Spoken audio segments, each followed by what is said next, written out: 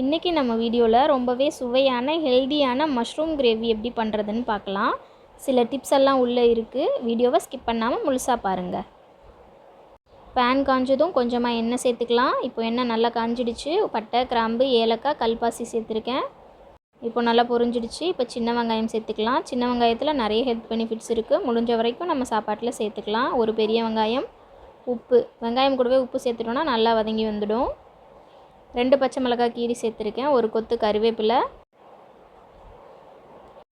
1 teaspoon இஞ்சி பூண்டு paste, கொஞ்சம் வதக்கிடலாம்.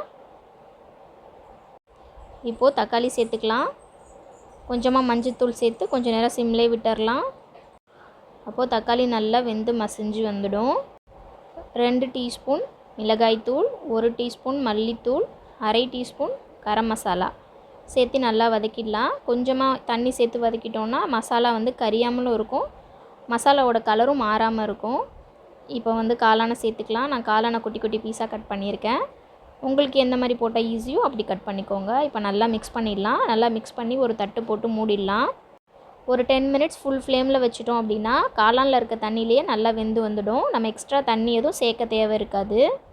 இப்போ அப்படியே ஒரு தட்டு போட்டு மூடி சிம்மில் வச்சிடலாம். இதுக்கு இப்போது பேஸ்ட் ரெடி பண்ணிட்டு வந்துடலாம். நம்ம கொஞ்சமாக தேங்காய், 1 டீஸ்பூன் கசகசா, 1 டீஸ்பூன் சோம்பு, கொஞ்சமாக முந்திரி, 1 டீஸ்பூன் பொட்டுக்கடலை இதெல்லாம் சேர்த்து அரைக்கும் போது நமக்கு கிரேவி ரொம்ப திக்காக கிடைக்கும், டேஸ்டியாகவும் இருக்கும். இதில் ஏதாவது ஒன்று இல்லைன்னா கூட பரவாயில்ல, நல்லா பேஸ்ட் பண்ணி எடுத்துக்கலாம். என்னோடய ரெசிபி எல்லாம் பிடிச்சிருந்தா என் சேனலை சப்ஸ்கிரைப் பண்ணிக்கோங்க. இப்போது நம்ம அரைச்சி வச்சுருக்க பேஸ்ட்டை இது கூட சேர்த்துக்கலாம். நல்ல க்ரீமியான டெக்ஸ்சர் வந்துடும். நமக்கு எந்த கன்சிஸ்டன்சியில் கிரேவி வேணுமோ அந்த அளவுக்கு இப்போது தண்ணி சேர்த்து நல்லா கொதிக்க விட்டுறலாம். நல்லா ஒரு 10 நிமிஷமாவது இது கொதிக்கணும். அப்போ தான் அந்த முந்திரியெல்லாம் நல்லா வெந்து டேஸ்ட்டு சூப்பராக வரும். இப்போ ஒரு மூடி போட்டு நல்லா கொதிக்க விட்டுறலாம். ரொம்பவே ஈஸியாக செய்யக்கூடிய ரொம்ப ஹெல்த்தியான மஷ்ரூம் கிரேவி ரெடி ஆகிடுச்சு. இதை நம்ம சப்பாத்தி, இட்லி, தோசை எது கூட வேணால் சேர்த்து சாப்பிட்லாம். சூப்பராக இருக்கும். பிடிச்சிருந்தா வீடியோவை லைக் பண்ணுங்கள். தேங்க்ஸ் ஃபார் வாட்சிங்.